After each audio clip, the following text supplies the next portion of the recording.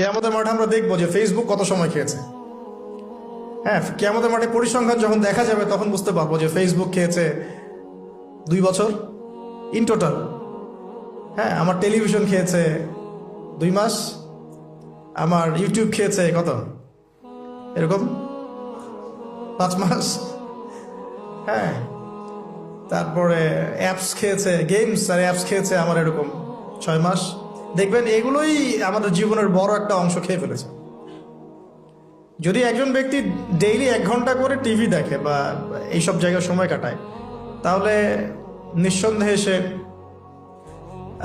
24 ঘন্টায় যদি 1 ঘন্টা করে কাটায়, তাহলে আপনি হিসাব করে দেখেন যে মাসে কত ঘন্টা যায়, বছরে কত ঘন্টা যায়, এবং কতদিনে সে 1 বছর কাটিয়ে ফেলে। অথচ কেয়ামতের দিকে পড়ে আসি, আলামে বারজাখ, যে মৃত্যুর পরের জীবন, এখানে বেশিরভাগ মানুষ একটাই কথা বলবে বা বলছে, এখনো হয়তো আমরা শুনতে পারছি না, বলবে বা হয়তো বলছে, আমরা শুনতে পারছি না। সেটা কি?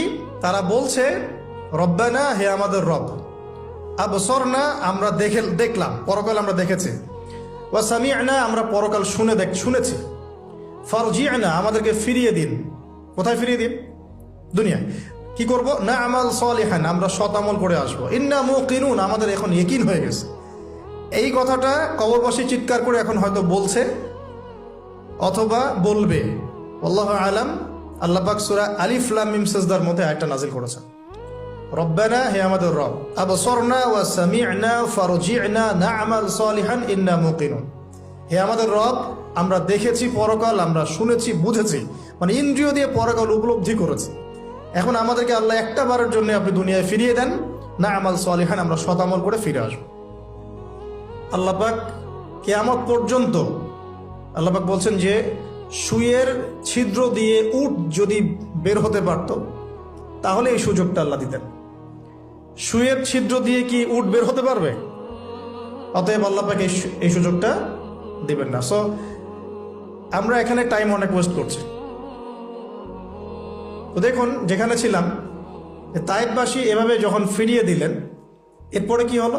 নবী সাল্লাল্লাহু আলাইহি ওয়াসাল্লাম বদদুয়া করলেন না, যে কাজটা আমরা প্রায় করে থাকি একে অপরের সাথে, বরং তিনি তায়েফবাসীর জন্য দোয়া করলেন।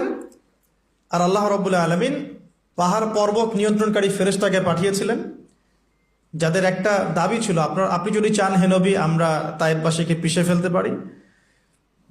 নবী সাল্লাল্লাহু আলাইহি ওয়াসাল্লাম বললেন, না, আমি বরং চাচ্ছি আল্লাহ পাক তাদের ঔরস থেকে এমন প্রজন্ম নিয়ে আসুক, যে প্রজন্ম আল্লাহর ইবাদত করবে, আল্লাহর সাথে কাউকে শরীক করবে না।